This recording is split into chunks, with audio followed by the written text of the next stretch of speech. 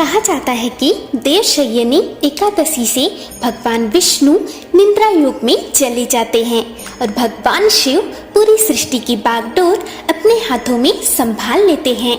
धार्मिक मान्यताओं के अनुसार देवशयनी एकादशी से चतुर्मास प्रारंभ होता है, जिसमें भगवान विष्णु क्षीर सागर में शयन करते हैं।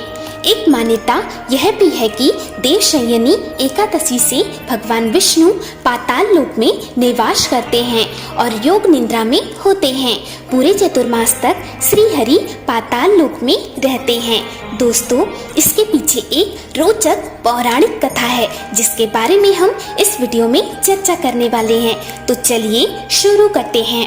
दैत्यों के राजा बलि बड़े पराक्रमी थे। उसने तीनों लोकों पर अपना आधिपत्य स्थापित कर लिया था। उसकी शक्ति से घबराकर सभी देवता भगवान विष्णु के पास पहुँचे। तब भगवान विष्णु वामन रूप में राजा बलि के पास पहुँचे। उस समय राजा बलि यज्ञ कर रहे थे। बलि से उन्होंने कहा, राजा मुझे दान दीजिए। बलि ने कहा, जो चाहे मांग लीजिए। तभी उसी क्षण दैत्यों के गुरु शुक्राचार्य ने बलि को मना किया, किंतु बलि के समक्ष कोई भी व्यक्ति जो कुछ भी मांगता था उसे दान में मिल जाती थी। राजा बलि अपने दान पुण्य के लिए लोकप्रिय था और इस प्रकार अपने गुरु शुक्राचार्य के बातों को अनसुना करते हुए वामन से दान मांगने को कहा। भगवान वामन ने 3 पग भूमि दान में मांग लिया। वामन देव ने 2 पग में पूरी पृथ्वी और स्वर्ग को नाप लिया।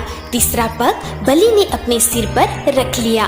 राजा बलि की दान वीरता को देखकर वामन रूपी भगवान विष्णु ने उन्हें पाताल लोक का राजा बना दिया और वचन देते हुए बलि से वरदान मांगने को कहा।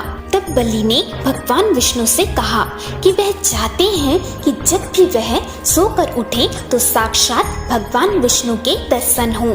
वचनबद्ध होने के कारण भगवान विष्णु ने उसे वरदान दे दिया और उसके साथ पाताल लोक चले गए। काफी समय बीत जाने के बाद जब भगवान विष्णु वैकुंठ लोक नहीं पहुँचे तो माता लक्ष्मी सहित सभी देवी देवता चिंतित हो गए। तब नारद जी ने माता लक्ष्मी को उपाय बताया। उसको मानकर माता लक्ष्मी श्रावण पूर्णिमा के दिन राजा बलि के घर पहुंची और मदद की गुहार लगाई। उन्होंने पहले राजा बलि को राखी बांधी, उसके बाद पूरी बात बताई। उन्होंने बलि को भाई बनाकर कहा कि तुम भगवान विष्णु को पाताल लोक से वैकुंठ भेज दो। माता लक्ष्मी को वचन देने के कारण राजा बलि ने भगवान विष्णु को अपने वरदान से मुक्त कर दिया।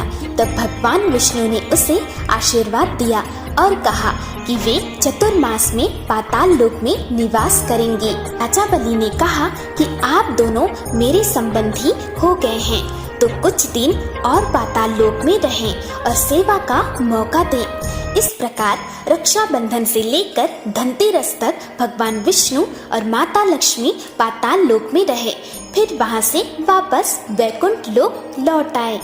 दोस्तों, तो ये थी देवशयनी एकादशी से पाताल लोक में भगवान विष्णु के निवास करने का कारण। जय श्री हरि, जय माँ लक्ष्मी, हर हर महादेव।